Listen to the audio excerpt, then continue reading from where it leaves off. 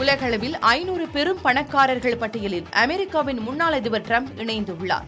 அமெரிக்காவில் இந்த ஆண்டு நவம்பர் மாதம் அதிபர் தேர்தல் நடைபெறவுள்ளது. இதில் குடியரசுக் கட்சி சார்பில் டொனால்டு டிரம்ப் போட்டியிடுகிறார். டிரம்ப் மீதான நிதி மோசடி வழக்கில் சுமார் $500 மில்லியன் உறுதித் தொகையை கட்டுமாறு நியூயார்க் நீதிமன்றம் உத்தரவிட்டிருந்தது. இது தொடர்பான மேல்முறையீட்டு வழக்கில் இந்த தொகை $175 குறைக்கப்பட்டது. இந்த சூழலில் பங்குச்சந்தையில் டிரம்புக்கு சொந்தமான நிறுவனங்களின் மதிப்பு கணிசமாக குறையும் என எதிர்பார்க்கப்பட்டது. ஆனால் நேற்றைய வர்த்தகத்தின் முடிவில் டிரம்புக்கு சொந்தமான நிறுவனங்களின் பங்கு மதிப்பு உயர்ந்தது. எனவே டிரம்பின் சொத்து மதிப்பு $4 பில்லியன் அதிகமாக உயர்ந்தது. எனவே ப்ளூம்பர்க் பில்லியனர்கள் பட்டியலில் $6.5 பில்லியன் அதாவது இந்திய மதிப்பில் 53,950 கோடி ரூபாய் சொத்து மதிப்புடன் டிரம்ப் முதல் முறையாக 500 பெரும் பணக்காரர்கள் வரிசையில் இணைந்திருக்கிறார்.